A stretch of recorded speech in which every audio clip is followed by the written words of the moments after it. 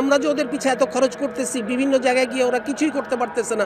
আজ পর্যন্ত আমরা একটা বই শিক্ষা পানতে পারছি? কোনো একটা জায়গায় আমরা কতটুকু কি করতে পারছি? আমরা তাহলে তো প্রত্যেকবারই আমরা বলতে পারি যে তোমরা খেলতে পারো নাই, তোমাদের পিছিয়ে যা খরচ করছি এটার তোমরা এবার তোমাদের কাছ থেকে আমরা নিতে থাকি।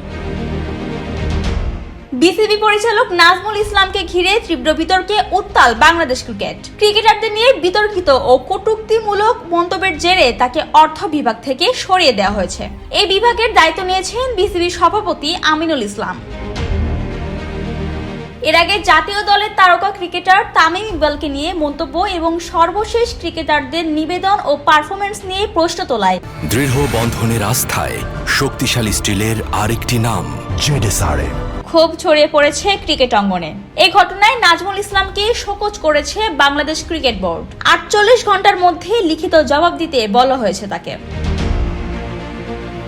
ডেস্ক রিপোর্ট, জয় জয় দিন।